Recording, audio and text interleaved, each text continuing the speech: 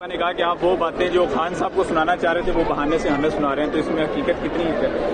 پہلی بات تو یہ ہے کہ میں سمجھتا ہوں کہ ہمارے انٹرنل اور ایکسٹرنل جو معاملات ہیں اگر وہ ٹھیک ہوتے تو خان صاحب اتنے پاپولر لیڈر ہونے کے بعد جیل میں نہ ہوتے. ایک تو ملک کا نظام ٹھیک نہیں ہے کیونکہ قانون یہاں پہ ہے نہیں، انصاف بھی نہیں ہے، آئین بھی نہیں ہے، لیکن ساتھ ساتھ ہماری غلطیاں بھی ہیں. میں نے ہمیشہ ہر بات جو میں نے کی ہے اس سے پہلے کہا ہے کہ میں پہلے اپنے آپ کو شامل کرتا ہوں چیز میں کہ میں بھی اس چیز کا گنہگار ہوں کہ کیا وجہ ہے کہ ہم عمران خان کے لیے ایک منظم اتنی پاپولیرٹی کے باوجود، اتنی سپورٹ کے باوجود، اور وہ جنگ بھی ہمارے بچوں کی لڑ رہا ہے، اس قوم کی لڑ رہا ہے، ہم ناکام ہو رہے ہیں بار بار. تو یا تو ہماری نیتوں میں فرق ہے اور یا پھر ہمارے آپس کی رفت ایسی کہ ہم ان کاموں میں لگے ہوئے ہیں جو کام مقصد سے ہٹ کے فضول چیزوں پہ ہیں.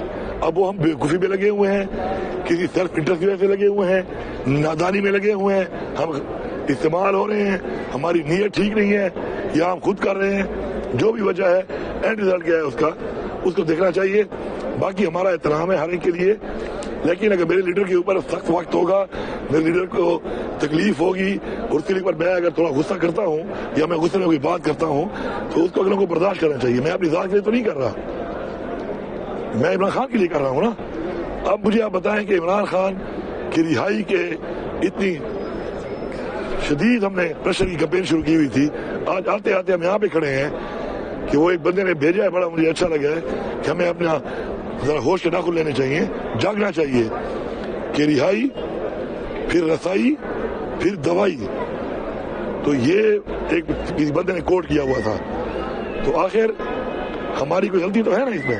اور اگر میں یہ نہ کہوں کہ ہم لوگوں نے اب عمران خان کے لیے اس کا وہ جائز حق کہ ایک ڈاکٹر کی رسائی، اس کے پرسنل معالج کی ملاقات وہ مانگ رہا ہے اور وہ ہم نہیں کر پا رہے، تو میں نے تو یہ کہا ہے کہ ہمیں پریشر بلڈ اپ کرنا پڑے گا. پریشر بلڈ اپ باتوں سے نہیں ہوتا. خوف جو آپ کا ہے نا وہ آپ کے رویے سے ہوتا ہے، آپ کی اسٹرینتھ سے ہوتا ہے کہ آپ کیا کر سکتے ہیں، آپ کتنا جڑوں میں گھس سکتے ہیں.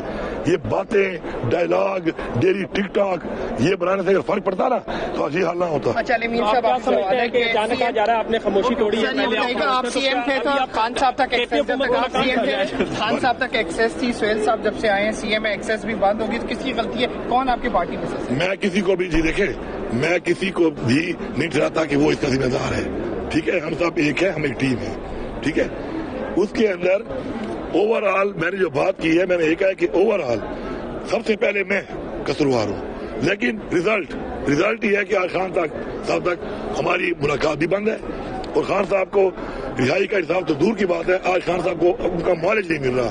اور اس کا پہلے میں نے کہا میں اس کا ذمہ دار ہوں. پہلی بات آپ نے جو سوال کیا ہے، کہا جا رہا ہے کہ سوال اٹھا کہ آپ پہلے خاموش تھے اور میں خاموش نہیں تھا. میں ایک وزیر اعلیٰ تھا، میری ذمہ داری تھی، میں کر رہا تھا. میں صوبے کا صدر تھا، میری ذمہ داری تھی، میں کر رہا تھا. اب میں اس وقت پولیٹیکل کمیٹی کا ممبر بھی نہیں ہوں، میرے پاس کوئی پارٹی کا عہدہ بھی نہیں ہے. میں عمران خان کا ایک ورکر ہوں اور ایک حلقے کا ایم پی ہوں. میں وہاں پر تھا، اپنی ایکٹیویٹیز کر رہا تھا، لوگوں کے ساتھ وہاں پہ اپنے حلقے کے لوگوں میں کام کر رہا تھا. 2 دفعہ کال ہوئی ریلیز کی، پارٹی نے کال دی کہ اپنے حلقوں میں ریلی کرو. میں چیلنج کرتا ہوں کہ پورے پاکستان میں سب سے بڑی ریلی میری نہ ہوئی تو پھر آپ کے آپ خاموش تھے، سب سے بڑی. ٹھیک ہے، اب جب کال دی گئی کہ اب یہاں آنا ہے تو میں سب سے پہلے آیا. میں چیلنج کرتا ہوں، کیمرے لگے ہوئے ہیں، چیک کریں. سب سے زیادہ ڈیوٹی کس نے کی ہے؟ ہمیشہ کی طرح سب سے زیادہ ڈیوٹی وہاں پہ دن اور رات بیٹھ کے میں نے کی ہے. تو خاموش کیسے ہوں؟ کچھ کرو گے تو ہم کریں گے نا، کچھ بولو گے تو آئیں گے نا. اب آپ نے ریلی کا بولا، سب سے بڑی ریلیاں میں نے کی. چیلنج کرتا ہوں، ویڈیو نکال لو. ان ضلعوں سے مقابلہ کرتا ہوں کہ جن ضلعوں میں پی ٹی آئی کے سارے ایم پی اور میں نے جیتے ہوئے ہیں.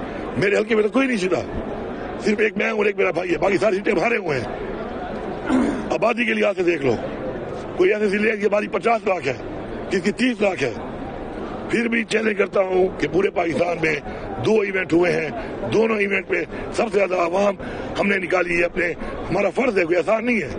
تو میں کام کر رہا تھا نا، محنت کی ہے، کوشش وہاں پہ کی ہے. اب یہاں بلایا ہے تو پہنچا ہوں، بیٹھا ہوں، جو حکم آپ کا تھا بیٹھا رہا ہوں، جاگتا رہا ہوں. 5 دنوں میں 12 گھنٹے نہیں سویا.